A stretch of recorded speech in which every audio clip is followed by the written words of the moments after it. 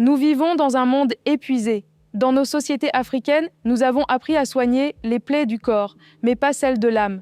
Nous savons travailler dur, mais pas respirer. Nous savons tenir bon, mais pas nous écouter. Et derrière nos sourires professionnels, combien d'entre nous tiennent à peine debout? Le stress chronique est devenu ce poison silencieux qui consume lentement nos corps et nos esprits. Mais pourquoi continuons-nous à l'ignorer? Pourquoi entendons-nous encore « ce n'est rien, sois fort » ou « prie, ça passera ».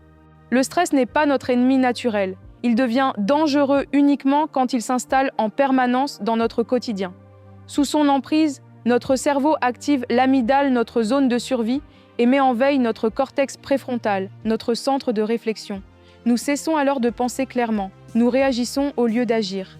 Et peu à peu, notre corps s'épuise, le cœur s'affaiblit, le sommeil disparaît, les douleurs s'installent. Ce n'est pas qu'un mal psychologique, c'est une atteinte biologique, émotionnelle et spirituelle qui nous ronge de l'intérieur. Dans nos sociétés africaines, on dit encore « ce n'est rien, sois fort ». Prie, ça passera. Il faut tenir. Mais combien de femmes tiennent jusqu'à s'effondrer? Combien d'hommes gardent tout à l'intérieur jusqu'à ce que leur cœur lâche? Combien de couples s'aiment mais ne savent plus se parler sans se blesser?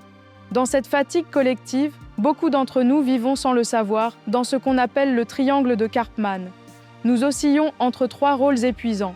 Le sauveur qui veut tout réparer, le persécuteur qui critique par frustration et la victime qui souffre en silence. Les rôles pouvant être inversés pour devenir une spirale qui ne finit pas. Ce triangle n'est pas une théorie abstraite. C'est le quotidien de nos familles, de nos équipes, de nos institutions.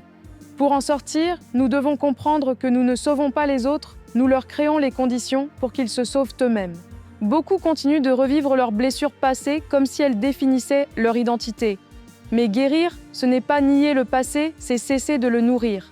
C'est reconnaître la blessure, lui donner un sens et transformer la souffrance en force.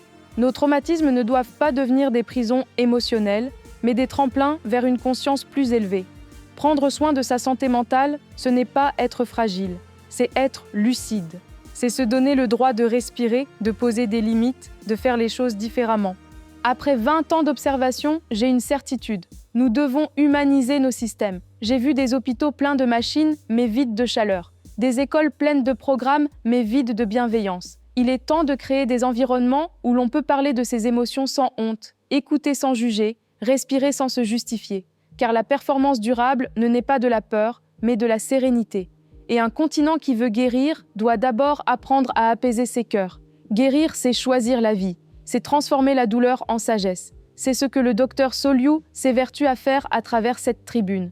Si vous souhaitez en parler, merci de nous contacter inbox ou de laisser un commentaire.